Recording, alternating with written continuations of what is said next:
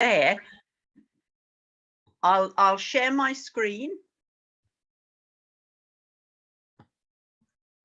Oh, I have an overlay. There we are. Can you share? You should be able to share, Kate. I can. Yes? Good. I can. Okay. I had a slight overlay that was blocking the access. There we are. And if I can just get this onto the right view. There we are. It's looking good here. Oh, good, good. So as long as you can see my screen, it's the introductory screen, the Stourbridge glass, the history with my name and various details on. There are Twitter addresses at the bottom because we are encouraged to tweet when I go out doing presentations. I usually photograph my audience and use it as publicity material, but I must admit it's lovely tonight to be able to sit in the warm and speak to an audience who are far and wide. And thank you very much for joining me. I'm going to tell you about the history of Stourbridge glass, and it is a bit of a whistle-stop tour. We go back to the beginning and bring it right up to date. This is where I'm based. This is the Red House glass cone. It is the only surviving intact cone, and it is unique to the glass industry. At one time, there were as many as 30 of these glass cones arranged along the Crystal Mile. That's the mile of roadway from Stourbridge Ring Road to Wordsley. Known worldwide as Stourbridge glass, we actually know it's Wordsley glass. But of course, Stourbridge being the centre of transport at the time, with the union offices, shipping offices, the railways, that the name Stourbridge appeared on all the accompanying documents, invoices, cheques, statements, etc. So it is known as Stourbridge glass, although we know it's Wordsley. But this is now a visitor attraction, as you can see. It's got a wonderful glass reception on there. It was opened in 1980 by Princess Michael. It won a Best Small Museum Award and a Gold Heart of England Award. The cone itself is currently closed to the public. The ancillary buildings are open and the site is open. But it was built in 1795 and wasn't built to last for the 200 years that it has stood there. So it's now in need of some repair, and it is up to us to ensure that it lasts another 200 years. And we've got a team of industrial architects in there preparing a very detailed estimate with rather large numbers on the bottom, but it will be a good investment, I'm sure. This is our new glass museum. This is on the opposite side of the road to the Red House glass cone. This was an artist's impression before it was built. It is very much complete now. It replaced Broadfield House, that was the original home of the museum. This museum is state of the art. We're very proud of it. It is on the site of Stuart Crystal's White House. Stuart Crystal had two glass cones, a Red House cone on one side of the road and a White House cone on the other. And the new museum opened in April of this year. This was the building that it replaced, Broadfield House, and this was opened as a museum in 1982, closing in 2016 when the new museum was proposed. When it was opened in 1982, it was to amalgamate all the collections from the various boroughs, Dudley, Brierley Hills, Stourbridge, Wordsley, local authorities that all had small glass collections. And it was indeed a place where hidden treasures were held. It was to tell the story of the glass museum, and it did that of the glass industry, and it did that very satisfactorily. However, we did outgrow our little home. When it was opened in 1982, the collection numbered around about 2,000 pieces. And now we've packed it all up and catalogued it all and prepared to move it to the new museum. We now know that it is in excess of 10,000 pieces. So these are pieces that we have purchased that are on loan to us, collections that are bequeathed to us. So the collection has grown, and they're all of historical importance to the Stourbridge glass industry. The new museum, of course, also has a section that we can display contemporary glass. The up-and-coming glass artists that are coming through from our local glass colleges at the moment that go into the industry. And we have pieces on display for 10, 15 years that the artists are now working all over the world, making studio glass and contemporary glass. So it is becoming an archive of material on its own, a contemporary archive. The item here on the left, the mercury arc rectifier, I include this in this talk because it is a tribute to the skill and the strength of a glassmaker. This is a huge piece of industrial equipment, and of course industrial glass was also made in Stourbridge.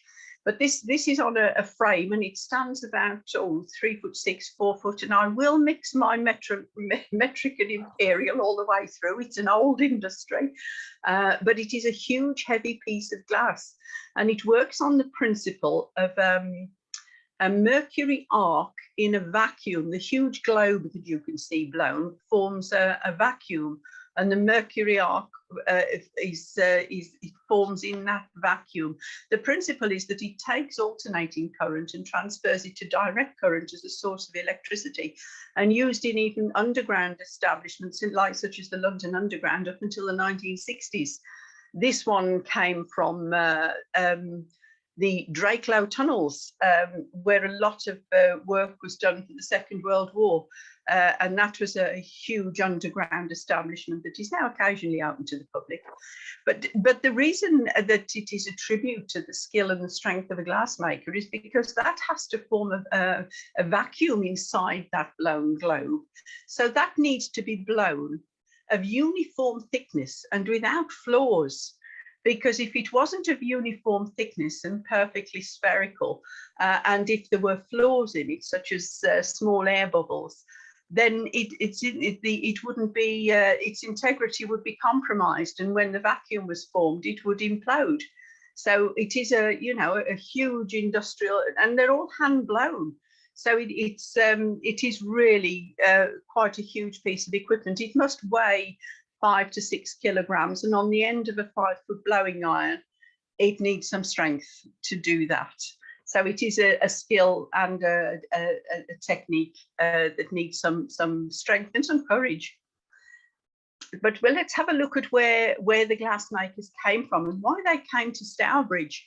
This image here is painted by a local artist, Henry Pratt, in 1846. And the cone that you see in the centre, the slightly more prominent one, is said to be the Red House glass cone. As I said earlier, there were as many as 30 at one time arranged along that crystal mile. There was the Red House, White House, Wordsley cone, and Richardson's cone, all on the corners of a crossroads, right beside Stewart Crystal.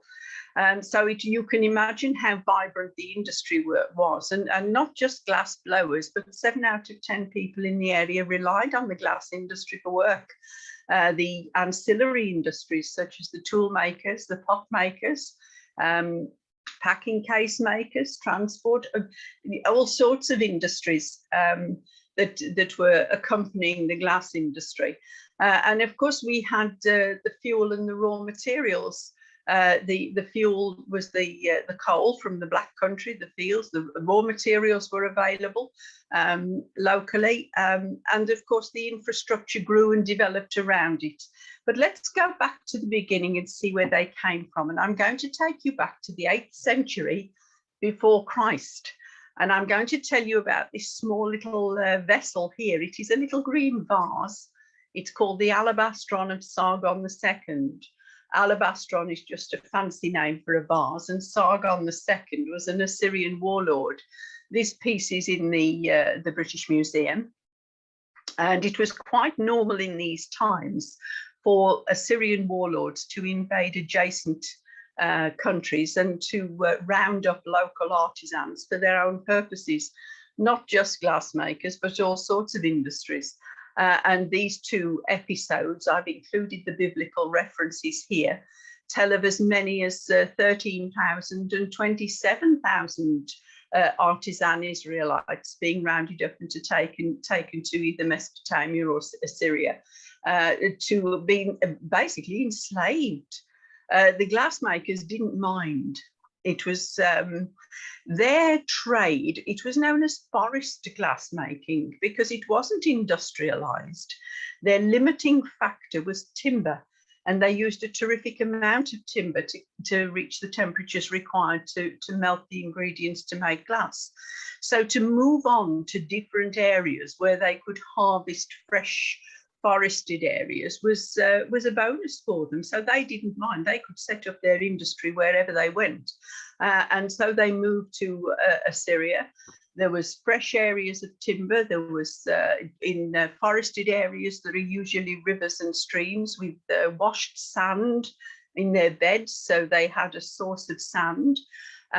They may have been under the umbrella of the Assyrian warlords, but of course they protected them, and they were also their customers, and they had money. So it was a good industry, and they could charge their own prices. We know this small vessel belonged to Sargon II because he's very kindly had his initials stamped on the very small handles in cuneiform writing.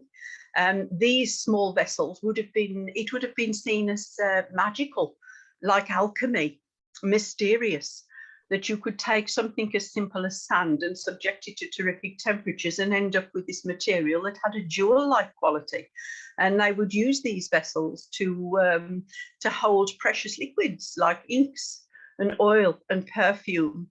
So they had quite a good living.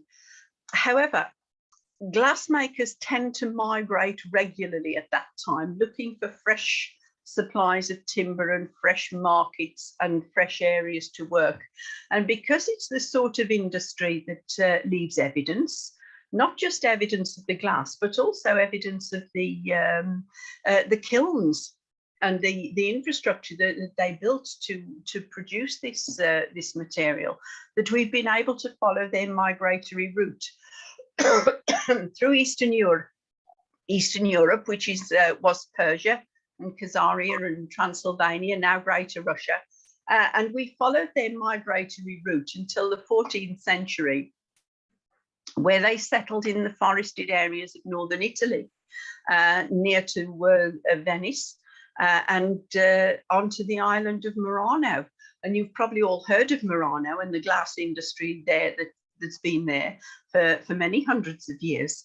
The glass makers had settled in the forested areas, but of course the Doges of Venice in their wisdom realized that having these huge timber fires adjacent to houses that were also built of timber was perhaps not a good idea. And so they confined them all onto the island of Murano.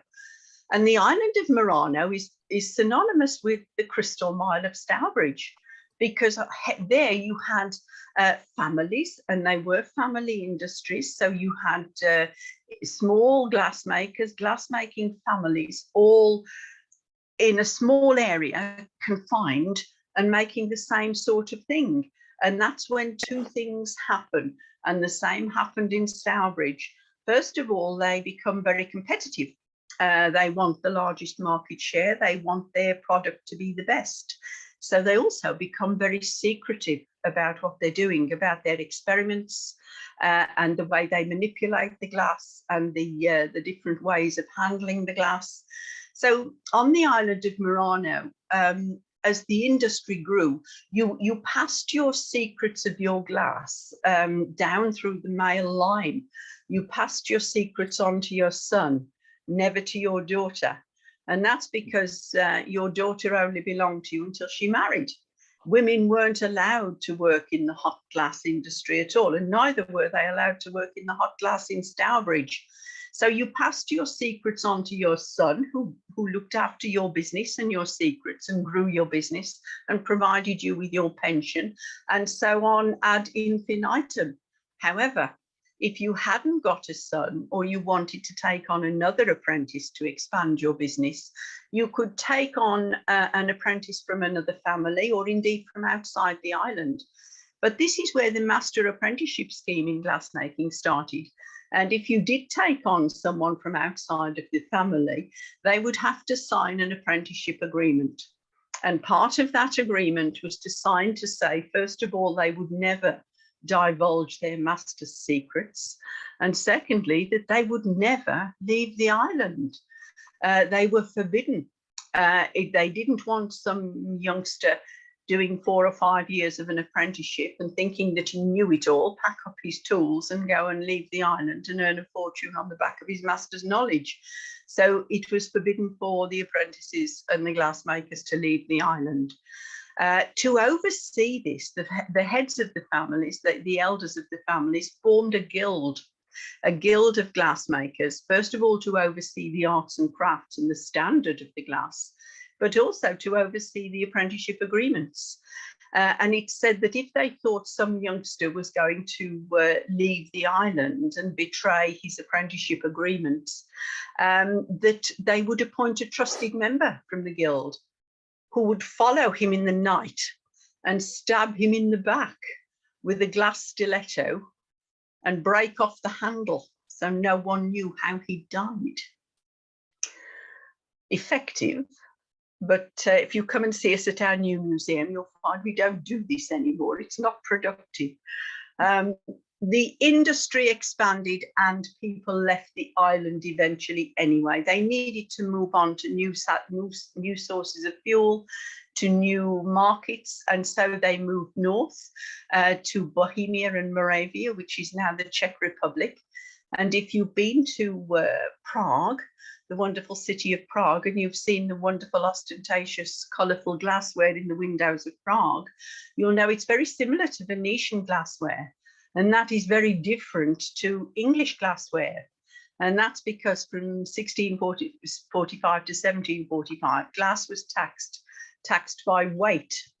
So English glassmakers needed to make smaller, finer pieces of glass. We couldn't experiment with the glass and use the colours that they did in Europe. So English glassmakers made smaller, finer pieces so that it didn't weigh so heavy and therefore didn't attract so much glass tax. The unfortunate thing with that is, of course, your profits suffered. So English glassmakers, being very clever the way they are, decided to add value to their glass by decorating it. And they became expert glass decorators, not by adding extra hot glass as they did in Venice and in Europe, but they became experts in etching and engraving and enameling and gilding and adding value to the pieces. And Stourbridge glassmakers were known and are known today to be amongst some of the finest glass decorators in the world. And that's down to the glass tax. So every cloud. They also moved on to the forests of Lorraine, les gentilshommes verrières, gentlemen glassmakers. They had a status just like they did with the Assyrian warlords. It was seen as quite a high class occupation, hands-on, but high class, a little bit like a gentleman farmer. And they worked for many hundreds of years in the forests of Lorraine in France. And they may well have stayed there. They were quite happy to work there. They had privileges from the landowners who were the nobility of France. They were allowed to graze their animals, harvest the timber, harvest the bracken to burn for their potash. These are privileges that the local French weren't allowed. And of course, they earned a lot of money because the landowners, the nobility, were their customers again, and they had money. They may well have stayed there. They had a good business there. And France is a huge country with lots of forested areas, so everything was wonderful. Except then we had the reign of the Catholic Queen, Catherine de' Medici. And she persecuted the Huguenot settlers, and many fled for their lives. Again, not just glassmakers, but many trades. The Protestant Reformed Church of France persecuted these settlers, and so they fled. And they fled. They'd heard across the Channel a good place to settle to make their glass, and that's on the south coast of England, where there were richly forested areas with a rich supply of timber, the good old British oak. And so they crossed the channel and settled on the south coast. And there's much archaeological and parish records on the south coast of England of Huguenot glassmakers making their glass. They may well have stayed there. But of course, then we had in England, we had James I. James I in 1615, who was also James VI of Scotland. He made a lot of changes in the early years of his reign in many industries. And one of the changes that he made as far as the glassmakers were concerned was he forbade them from using timber as a source of fuel. He wanted them to source another type of fuel to fuel their furnaces. What he wanted to do was to preserve his forests. He was afraid that the forest areas were being depleted, and he needed timber for his armadas, his ships. He also wanted the Huguenot glassmakers to move north and to settle and to set up their businesses in Scotland, where there was no industry. So he tried to sort of kill two birds with one stone and move the industry to Scotland. The glassmakers had other ideas because they'd heard of coal fields around Bristol, around Nailsea in Bristol, where they were burning coal to make glass. Rough quality glass, utility vessels. And so they migrated across England, and they migrated west until they came to the mouth of the River Severn at Bristol. And they found the coal field at Nailsea, small coal field, but there were huge coal fields just on the other side of the estuary in South Wales. So there was plenty of fuel. And the technology was there to burn the coal to provide the temperature they required to melt glass. And of course, in Bristol was an excellent market for glass. So they had a good market economy for glass set up already. Bristol was a port, and it was a port as big as any. It was as big as London and Liverpool. And one of the main imports into Bristol at the time was sugar from the West Indies. And where you get sugar, you get breweries. And where you get breweries, you need bottles and glasses. So there was a good market for making utility glassware in Bristol. We've all heard of Bristol cream sherry. Bristol also imported sherries and fine wines and ports, and Bristol became a bottling plant. So there was a tremendous amount of work. So what brought them on to Stourbridge? Well, they'd heard of this place, the rumours down the River Severn, which was not just a means of transport, it was also a channel of communication. And they heard of a place in the north called the Black Country. And in this dreadful sounding place was a man by the name of Dudley, who developed a blast furnace using coal to fuel a furnace, but also were involving an updraft of oxygen, which meant that it was controllable and they could get higher temperatures. And so they moved north to Stourbridge. When they got to Stourbridge, of course, they found not only the easily accessible coal fields, drift seams that were accessible from the surface, they found wren's nest with a supply of calcium for their melt in the limestone. Stourbridge itself is on a sandstone ridge, so there was a rough supply of sand for utility vessels. But the real reason that they settled and stayed was, first of all, down to the geology of the land. In between the coal seams and the sandstone ridge was a thick seam of blue marl clay, good quality fine clay, which is why we had so many brickyards in the Black Country. But this fine quality clay was ideal for them to make their crucibles that they melted the glass in. They needed it to be particularly fine, so there was no impurities that would cause the pot to fracture when it was subjected to the terrific temperatures in the furnace, up to 1800 degrees. So the any impurities would have the coefficients of expansion and contraction between the materials meant that the pot would lose its integrity and they would lose their melt. So this fine quality clay was one of the reasons that they stayed, one of the main reasons. They also made alliances with local landowners, but these local landowners weren't the nobility, they were farmers. They were hands-on workmen like themselves, who suddenly found that they were worth quite a lot of money, not because of the animals that they grazed on the surface, but because of what they were standing on, the coal and the clay. And so the farmers became blacksmiths, sidesmiths, nail makers, chain makers, and they shared their wealth and their knowledge with the glassmakers, and they got along quite well. So the Huguenot glassmakers, instead of moving on, they settled down and they integrated. They married locally. They used our churches. They had their children baptized in local churches, and so they settled. And we even anglicized their names. These are some of the first English glassmakers that settled here.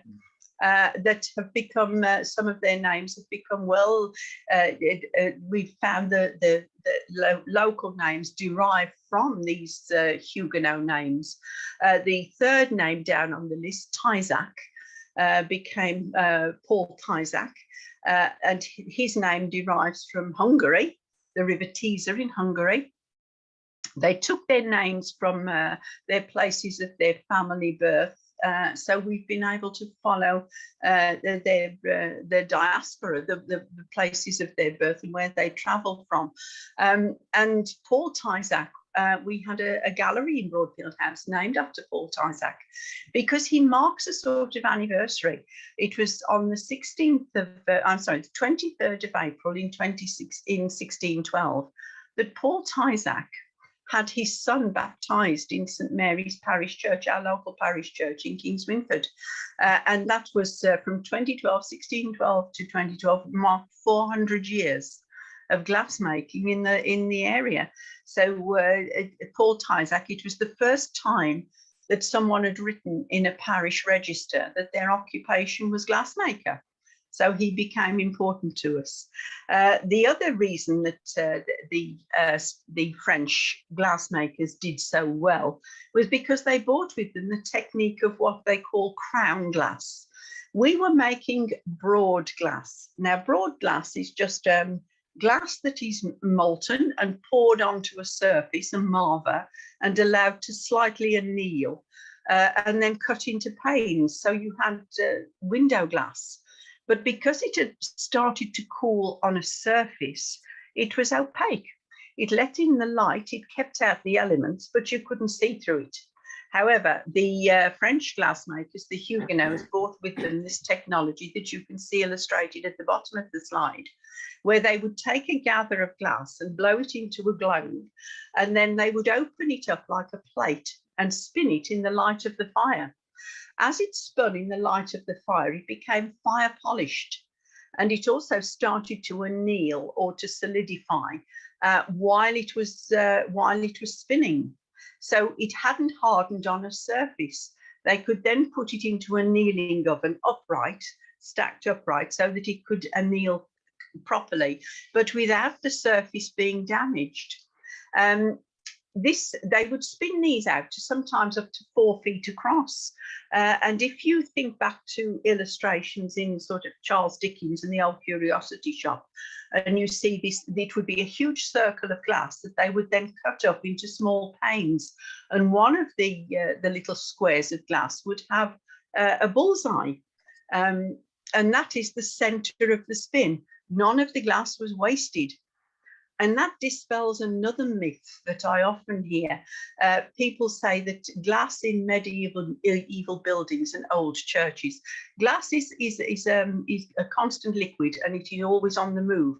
And if you have a look at the windows in these old churches and old buildings, you will see that it is slightly thicker at the bottom. Well, it is, but the reason is rubbish, because glass is a solid. It's a non-crystalline solid, but it is a solid, and it certainly isn't always on the move. Otherwise, all those artifacts in the British Museum, including the alabastron of Sargon II, would be a small dark puddle. So glass is not always on the move. The reason that the glass is thicker at the bottom in the medieval buildings and churches is because when it is in this huge circle, and they cut it into square panes and they give it to the glazier, he would automatically look at it and orientate the pane so that the thickest bit is the bit that he stood at the bottom. So that's why that exists. So we digress. Let's get back on to Stourbridge glass. This is the legacy that they left. This is the Red House glass cone. This was built in 1788. This is what we're striving to renovate now, leased to Philip Pargeter for a time. And Philip Pargeter was important because he was the owner of the Red House glass cone when the team worked there that blew the blank for the Portland vase. I'll tell you a little about the Portland vase a little later on. But it was taken over by Frederick Stewart in 1885, although he had worked there 50 years earlier when he was 11 years old. He was seconded to the glass industry as an orphan, and he learned the trade and worked at other places as well, and eventually came back and purchased the Red House cone and set up Stewart Crystal, which he passed on to successive generations of his family. Glassmaking ceased there in 1936 at the start of the Second World War. It was used mainly as a storage facility, and the main production went on in the White House cone. The Red House cone was brought back into production briefly in the Second World War, because you may not realise it, but glassmaking was a reserved occupation. Good quality glass was required for the war effort. And when you think of glass in the war effort, you would be forgiven for thinking of the officers' mess and the table laid with decanters and sets of glassware, but that couldn't be further from the truth. Because Stourbridge glassmakers in particular were used to handling good quality, high lead content, lead crystal, the lead content in the glass made it ideal as radiation shields. The lead would deflect the radiation. When you go to the hospital now for an X-ray and the little girl says, go and stand behind that, I'll stand behind the screen while you get irradiated, I'll be safe. That screen now, it used to be lead crystal, it is probably now a polymer with lead embedded, but it is the lead content that deflects the radiation.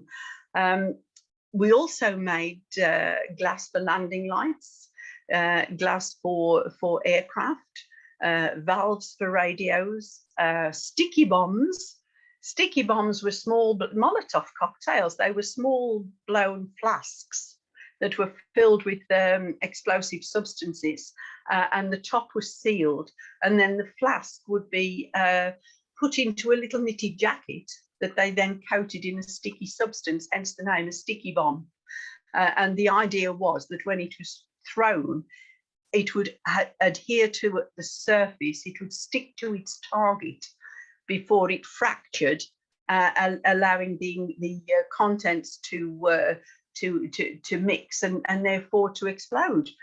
So sticky bombs were made, and we also made the small glass vials that held the morphine that they gave to the soldiers at the front.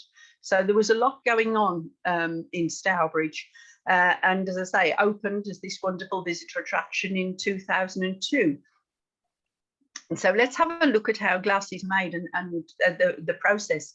It's divided into two parts. This image, by the way, is an image that you would not have seen in an industrial glass house. Women were not allowed, and I've done a whole talk on the role of women in the glass industry.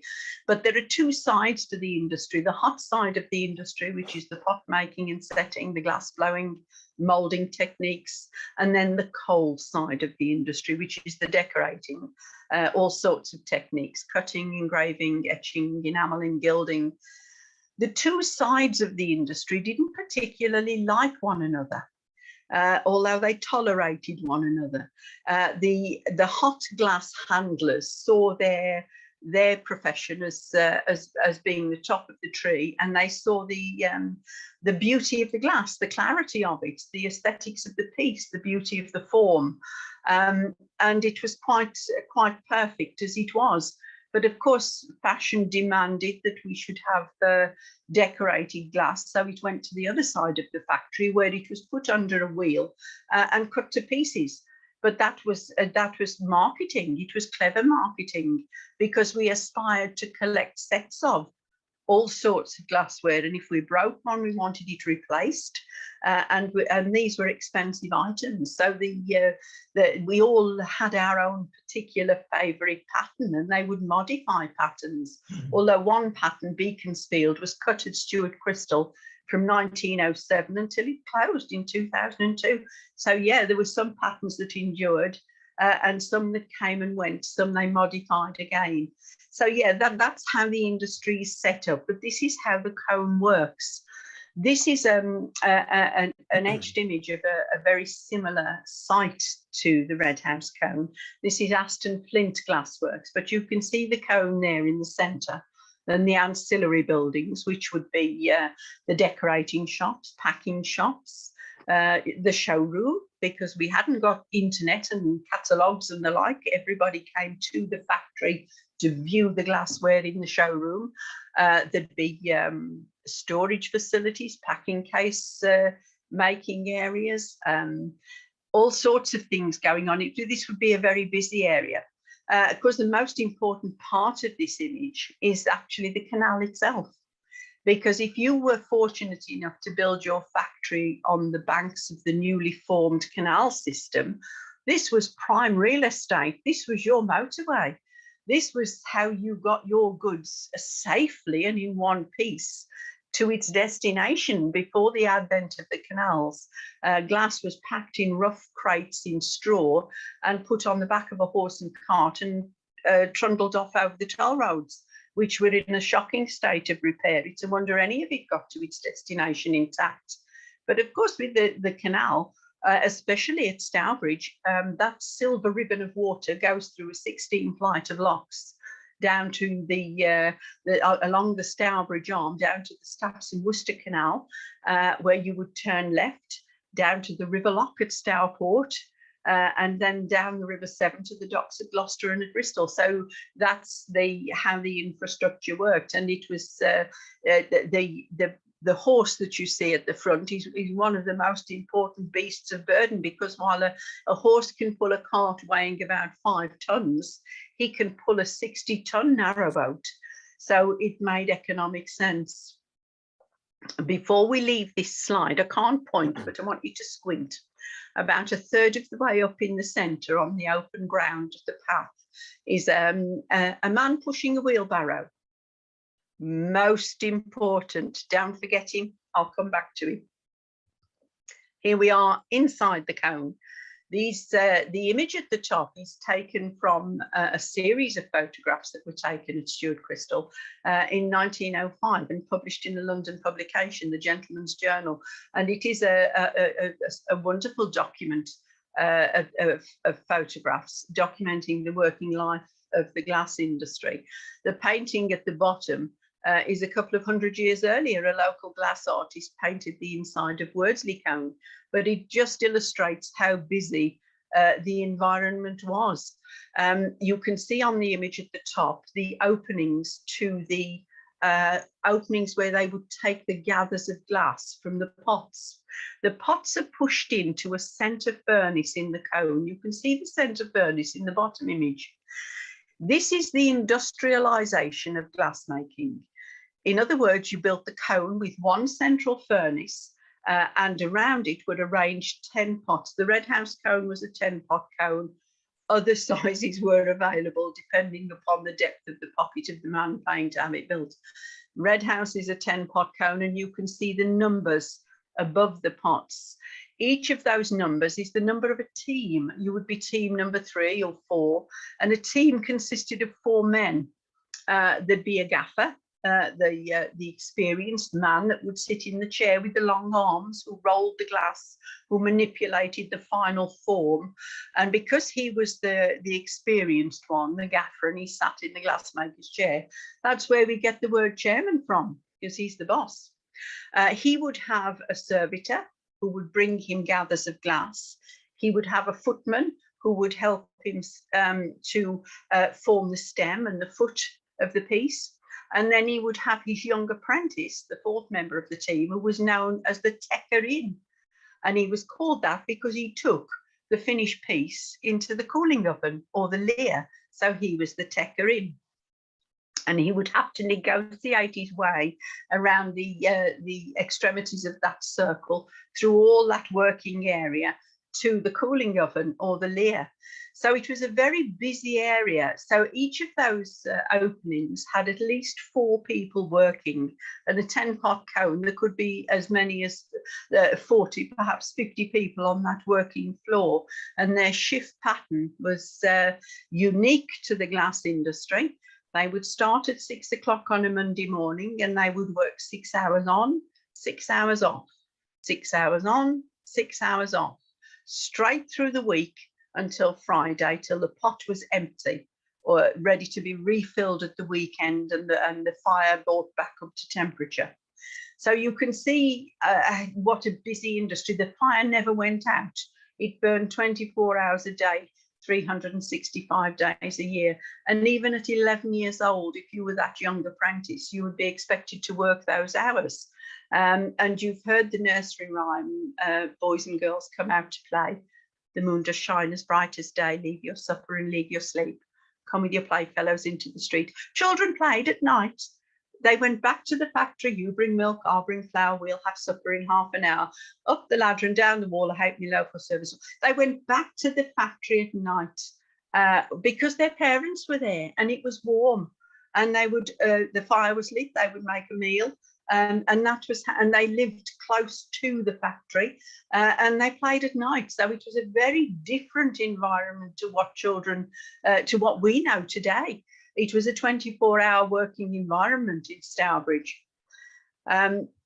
These are glassmakers' tools, another industry that grew up in the Stourbridge area. Glassmakers' tools haven't changed since Roman times. This is an image of 17th century glassmakers' tools, and the bottom picture are tools that were last used in the 1930s. Each glassmaker, if you go and see a glassmaker work today, their tools are similar, but they are individual to the glassmaker. They're a bit like carpenter's tools. You don't use someone else's glassmaking tools, they belong to you. And very often good glassmakers will have their tools handmade for them. In fact, when I was at school with a lad called Brian Rann, R-A-N-N, an unusual name in the Black Country. But it wasn't until I learned a little more about the glass industry that I realised that Joseph Rann of Woodside in Dudley was a local tool maker, a manufacturer of glassmakers' tools. And the tools that he made were considered to be the Rolls-Royce of glassmaking tools. And I often wonder if that lad that I was at school with knew that about his family history. Who knows? But this is how the furnace works. This is a cross section of the furnace. You can see there the pots that are pushed onto a centre grid. The areas on the outside of the image is the working floor, and this is just through the centre furnace. Now, if you remember that slide of the red house cone beside the canal, and the little man with the wheelbarrow, well, there he is. He's underneath, and his job, he's called a teaser. His job would be to feed the furnace, get the furnace up to temperature, and to keep it going and to regulate it. Underneath that furnace are 3 tunnels, and this is how the structure of a glass cone works. The central furnace with the pots arranged on the grid at the top is accessed from the working floor. Underneath are 3 tunnels, not just for access and egress to feed that fire, but also to provide the updraft of oxygen through the center of the furnace, which is why the cone is as high as it is, because it provides the draw. He would come in through one of the tunnels with his wheelbarrow full of coal down a slope, and he would feed the furnace. And there was a mechanism down there invented by a local man, a Myron John Frisbee, and it was known as a Frisbee furnace feeder, based on the principle of an Archimedes screw. He would shovel the coal onto the base of the feeder, and there would be a huge handle to turn, a mechanism that would push the coal up into the center of the fire. As he pushed the coal up, of course, down would come the ash. He would then shovel that into his empty wheelbarrow and take it out to the spoil tip, uphill. So he never went anywhere with an empty wheelbarrow. He was known as a teaser, and I often wondered where the name came from. There's a lot of words in the glass industry that are applicable to the glass industry that don't have a particular translation, and you don't hear of them anywhere else. And teaser is one of them. And it took me some while to get to the root of the word. It wasn't until I came across an old French dictionary, an old Larousse dictionary, that was ancient French, and Monsieur le Tisseur translated as stoker. So they took the Huguenot name of the tisseur, anglicised it to teaser, and the name stuck. He was probably, well, we know that he was one of the most poorest paid on the site. He was considered a labourer. He controlled that furnace just by opening and closing the doors to the tunnels. And on a Friday night when the pots were refilled, he would have to bring that furnace up to 1800 degrees Celsius over the weekend, so that the material in the pots came to a good rolling boil, so they were all homogeneously mixed. But by Monday morning at the start of the shift, he would have to drop the temperature down to the top of the working range of glass. Glass has a working range in between 700 degrees and 1100 degrees. 1100 degrees any hotter, and it's too runny, too liquid to take a gather. Any cooler than 700 degrees, and it starts to solidify and go sticky. So he had to maintain that temperature, and he did that. He hadn't got a thermostat or a thermocouple. There was no knobs or dials or anything else. He did that just by his experience, by opening and closing the doors to those tunnels to provide the updraft of oxygen. And although he was one of the most poorly paid on the site, without him, that business wouldn't have run. There would have been no industry. So remarkable, really, when you think back of the importance of one or two men and a small team who were considered insignificant doing such a valuable job. These are the pots that were arranged inside. This is another industry that grew up locally. Local pot makers in Balls Lane Lye that would take the local clay and form the pots. Before the factory was enclosed in a chimney, like the cone, glassmakers' pots were like open crucibles, like the image on the left, like a saucepan without a handle. Enclosing the cone, the pot within the furnace in a cone, we needed to close in the top of the pot to stop impurities from falling in, and to fashion that opening that would come out through the sides of the furnace, where you could take a gather of glass. And that's how the pots were built up. And the pots would perhaps take anything up to 4 months to make and to dry out, depending upon the weather. Of course, if it was damp weather, they took longer. But their life within the furnace was quite short as well, because they were prone to cracking and fracturing. They would come to from being subjected to that heat constantly. The servitor who took the gathers of glass took great care not to strike the inside of his pot, and they all knew when their pot was coming towards the end of its life. And when the pot was empty on a Friday night, if that pot was considered to be towards the end of its life, they would take down the front skin of the furnace, drag out the red hot pot, push in a new hot pot that had been brought up to temperature in a potage, and then brick up the front of the furnace again. And that was unpaid work, but they needed to do that so they could refill a new pot ready for work on Monday morning. Hard industry, a very difficult industry. Now we're going to have a quick look at some chemistry and maths and do some glass making. So you zone out if you like. It's very, very brief. It's cookery. That's all it is cookery. And these are your ingredients. You need sand, which melts at around 2000 degrees. You add a soda or a potash, and the function of that is to reduce the melting point. And that's all it does. It's an internal flux or a catalyst that reduces the melting point of the sand. And the best way to imagine it is if you were making toffee on a stove and you put a bag of sugar in a saucepan, that sugar, you'd stand a long time waiting for that to melt over a high heat. In fact, it would probably burn before the sugar melted. However, if you added a little knob of butter or a drop of water, as soon as that started to melt, it would encourage the melting of the rest. And that was the function of the soda or the potash.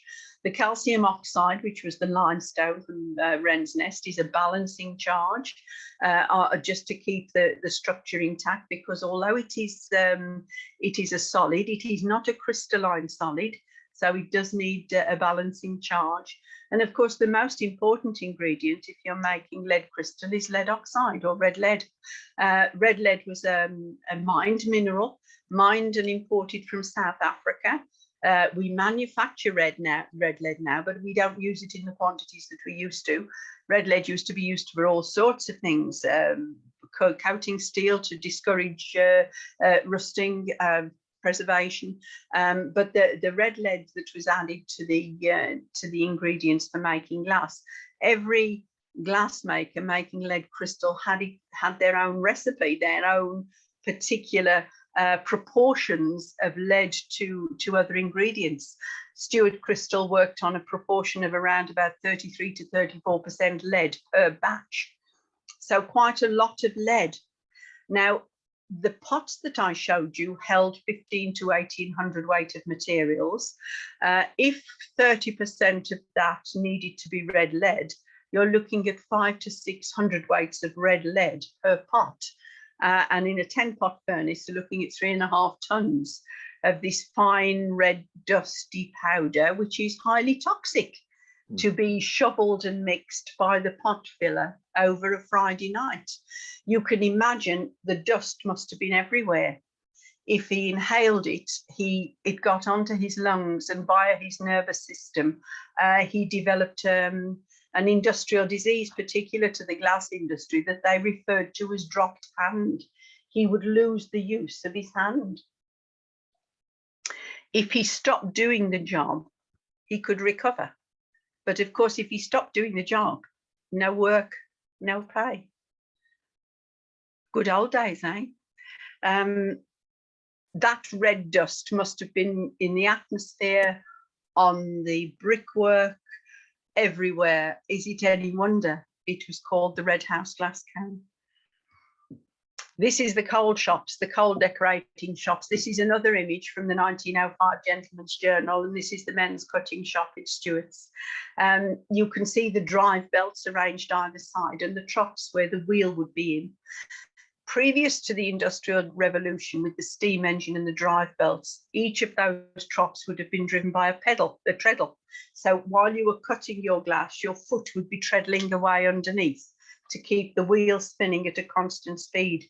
The advent of the Industrial Revolution meant that they could have the wheels that spun and were geared for particular speeds and consistency. So it certainly improved the glass cutting techniques, which is why in the Bohemia and Germany, glass cutting was far and above, in advance of Stourbridge glass cutters. They used to carve rock crystal, really hard crystal, because although they hadn't got the steam power yet, they hadn't had the Industrial Revolution either, but they did have the power of the mountain streams to drive their cutting wheels. So we often had Bohemian glass cutters and decorators that would come and join the glass industry in Stourbridge. But I find that these photographs, there are two quite sad facts about these photographs. First of all, the young men in these photographs would never have seen them. It would have been taken with a piece of equipment, developed elsewhere and published in a magazine they couldn't possibly afford to buy. So that's quite sad. They would never have seen their own photograph. And the other sad fact is we don't know who they are. Nobody wrote it down. It wasn't important. Nowadays, photographs, the legend underneath tells us everything. But these men, we can have an educated guess who they are from the wages books, but we can't be sure, which means that when we have visitors to the cone now and they see these images, they could be descendants of these people and we can't tell them who they are. And I find that quite sad. Let's have a look at some engraving work. This is Joseph Palm at Thomas Webb's in the 1920s and Mary Stevens in the 1970s. They're both using a copper wheel engraving machine. Copper wheel engraving was quite a fine engraving. This was done underneath the wheel instead of on the top of the wheel. And at the back of Joseph's bench by the window, you can see he has a rack of copper wheels. You could interchange the wheel on the equipment like you would a needle in a sewing machine, depending upon the work that you're doing. They're both resting their elbows on small felt pads that they would make because you would hold that pose for a long time. Joseph is working on two pieces. He has one piece on the desk in front of the window and he's working on another piece. He would interchange pieces to give his eyes a rest, to give it a change. Mary, however, has an electric light. And this was a huge difference between these two photographs. Joseph is working in the light of the window. Mary's work is illuminated by an electric lamp, which meant that in the winter's afternoon at 3 o'clock, Joseph would have to stop work and go home because he couldn't see what he was doing. No work, no pay. Cutting, these are what we think of as modern cutting wheels. Well lit, electricity powering the wheels. Everyone has protective clothing and eyewear, which was absent before. Workstations were well set up and labelled. Very different to the cutting of the 1920s and 1930s. The top image on the left, you see those deep diamond cuts that became very popular when the wheels were perfected and they were run on gears and the speed could be controlled.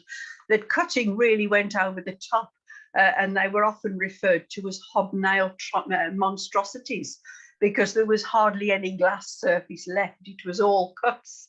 But of course, that's what lead crystal does. The lead content gives it that brilliance, that rainbow shine. Every one of those cuts produces a prism that will reflect the light, the rainbow light, which is why cut glass in windows is so pretty and why we liked it. The lead is also the reason why your lead crystal rings when you tap it. If you get a lead crystal glass and you gently tap it, it produces a nice ringing sound. And that's because 30% of it is metal. And bells are metal, they ring. So why not your glass? So that's why your glass rings when you tap it. Intaglio was another beautiful decorative technique. Joshua Hodgetts was a master of intaglio. Intaglio is the opposite of cameo. Cameo is a raised design. Intaglio is a sunken picture made with minute scratches and indentations into the glass, so that when it's held up to the light, it produces like a 3D image. The way these glass artists work, and they are artists, they didn't consider themselves to be artists. Joshua had to have a clear image in his mind of what that picture should look like finished before he started. Because if you take a little bit of glass away that you shouldn't, you can't put it back. Remarkable work, really. And Joshua was one of the very few glass artists that was actually allowed to sign his work. Most of the pieces produced just had a factory stamp on it. But Joshua's work was so fine that occasionally he was allowed to sign his pieces.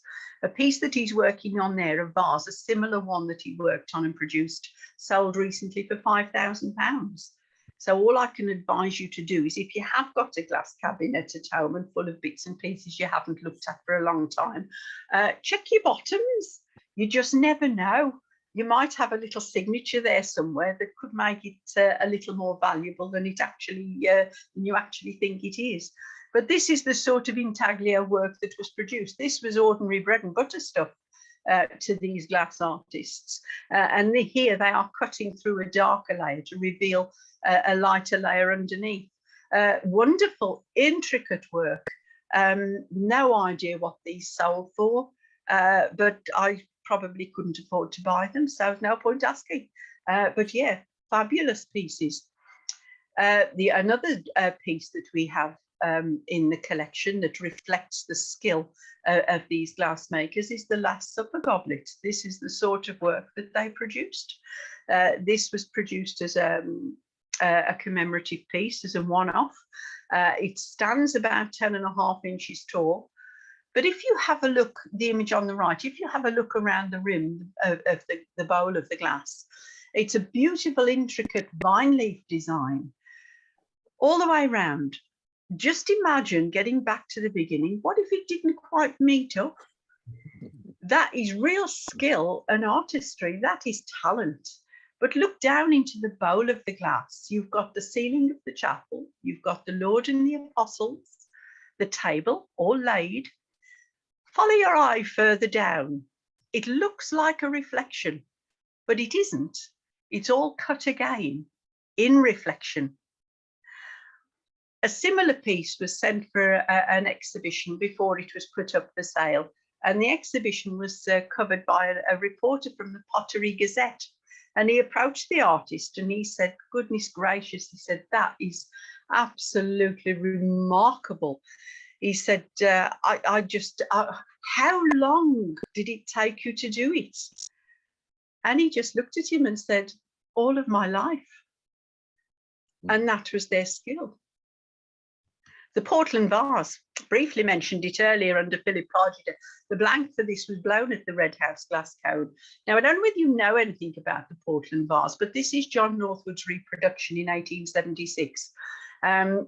The original portland vase was discovered in the sarcophagus of a tomb in a funerary earthworks on the outskirts of Rome at the end of the 15th century.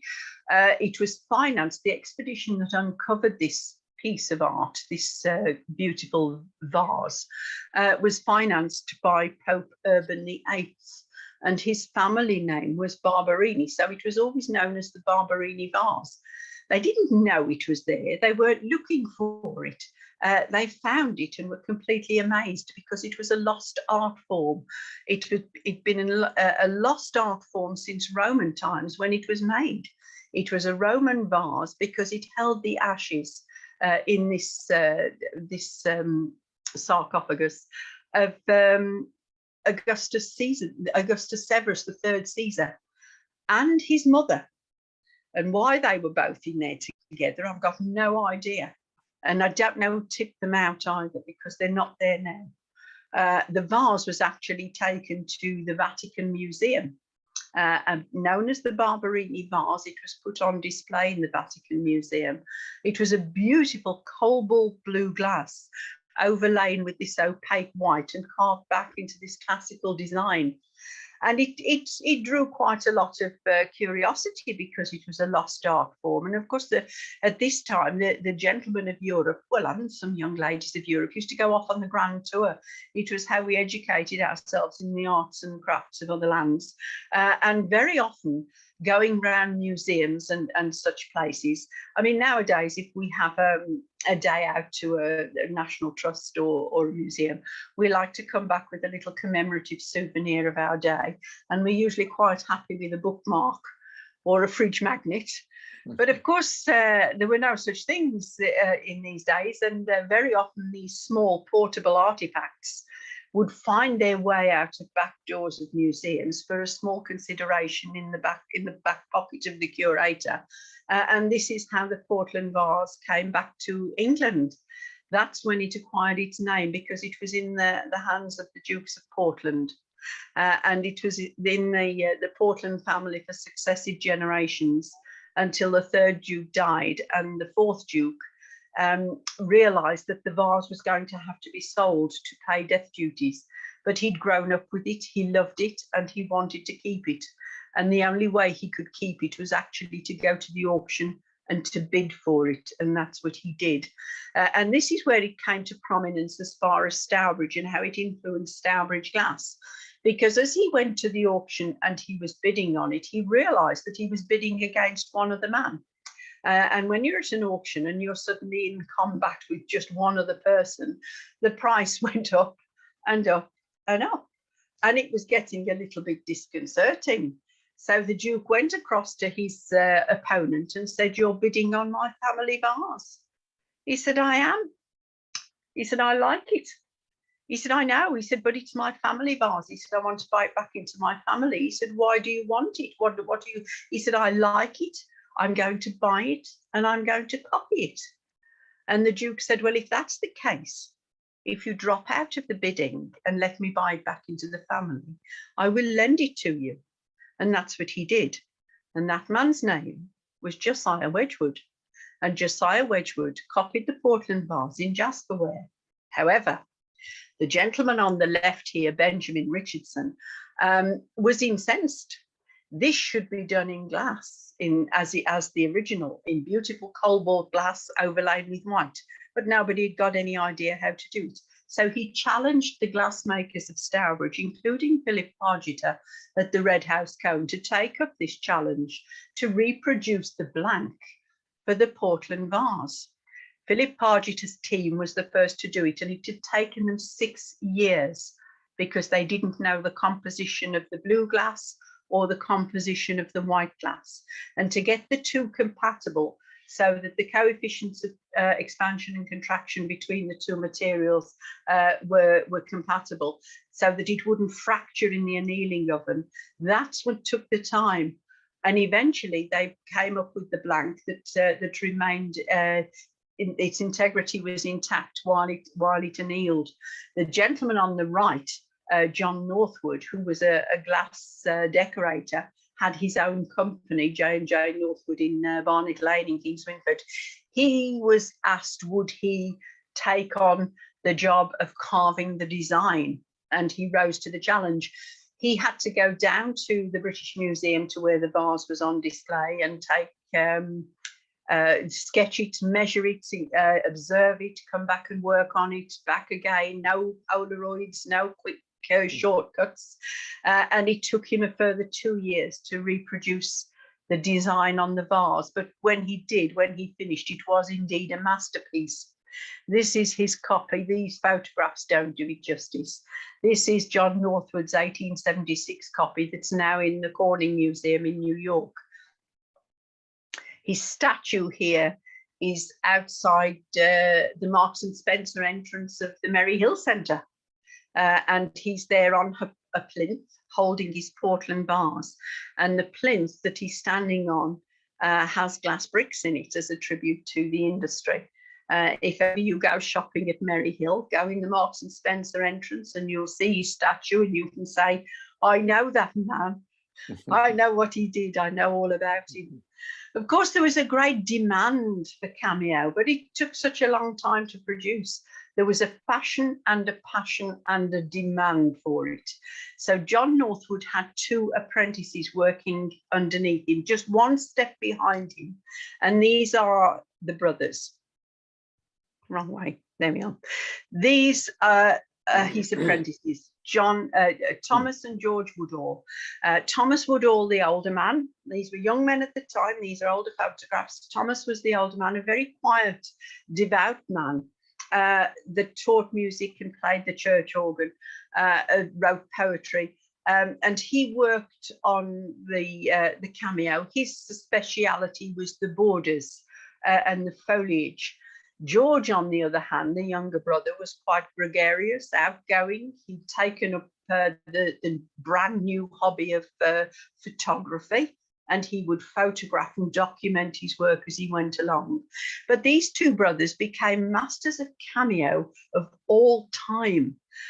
Most of their work now are in collections and special museum collections held in America, because it wasn't valued here.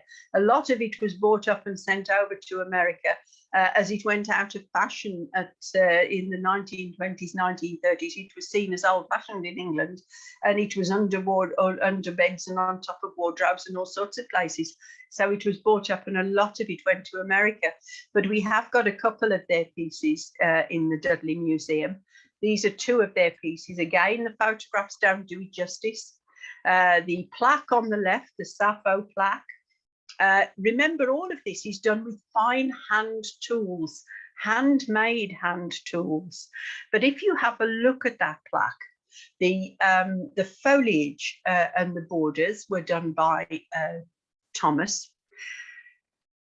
Look down through into the depths of the image. It's like 3D, and yet that's produced by scratching away fractions of a millimeter of white glass to show up a raisin-coloured glass underneath. They took their inspiration from wherever they could find it, because they weren't classically trained artists. They were just masters of cameo. And Thomas took his inspiration for the beautiful columns that surround the piece, that frame it. They say he took his inspiration for those off his wardrobe door.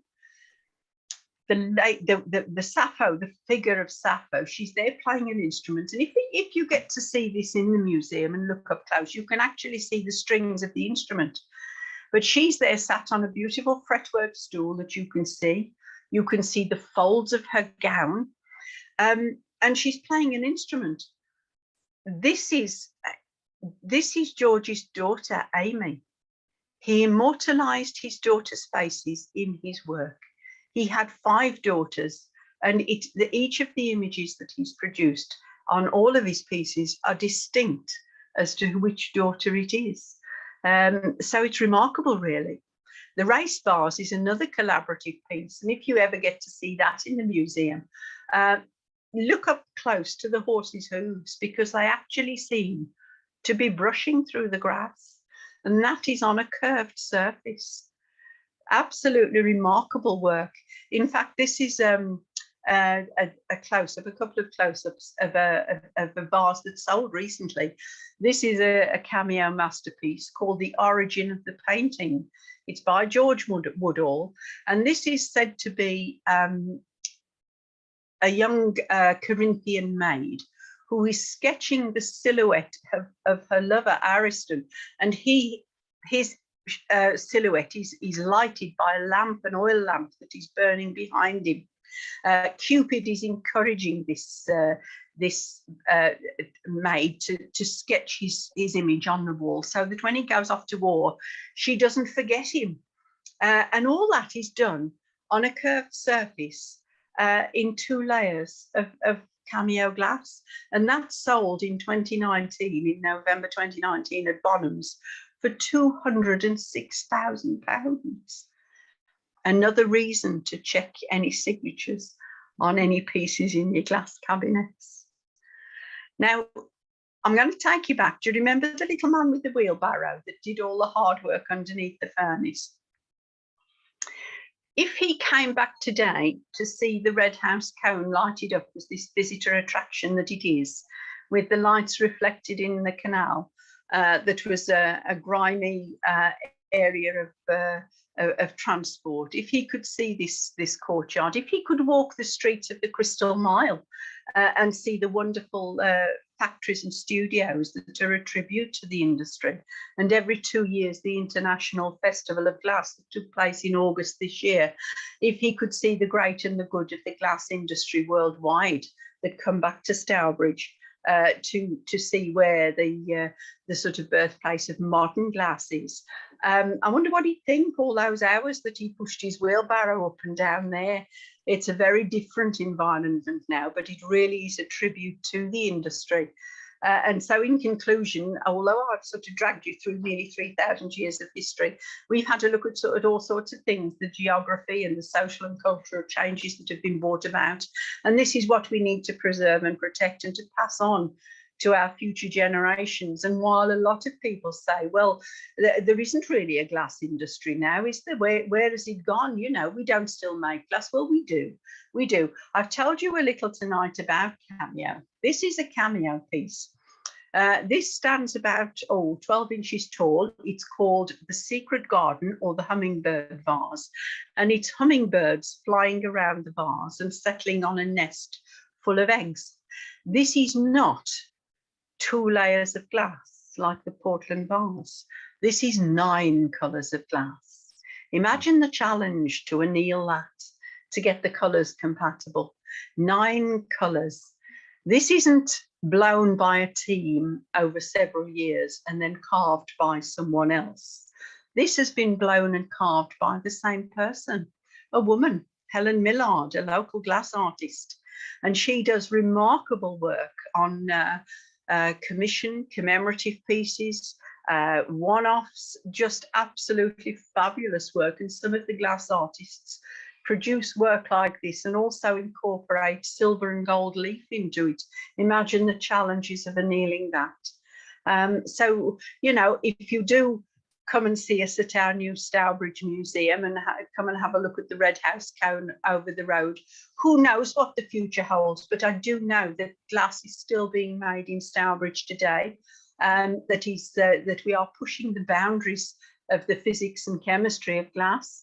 And that we really are producing some of the most stupendous artistic pieces, manipulating glass in ways that the Huguenots could never have imagined. And that's a little bit of information for you. And thank you very much for listening.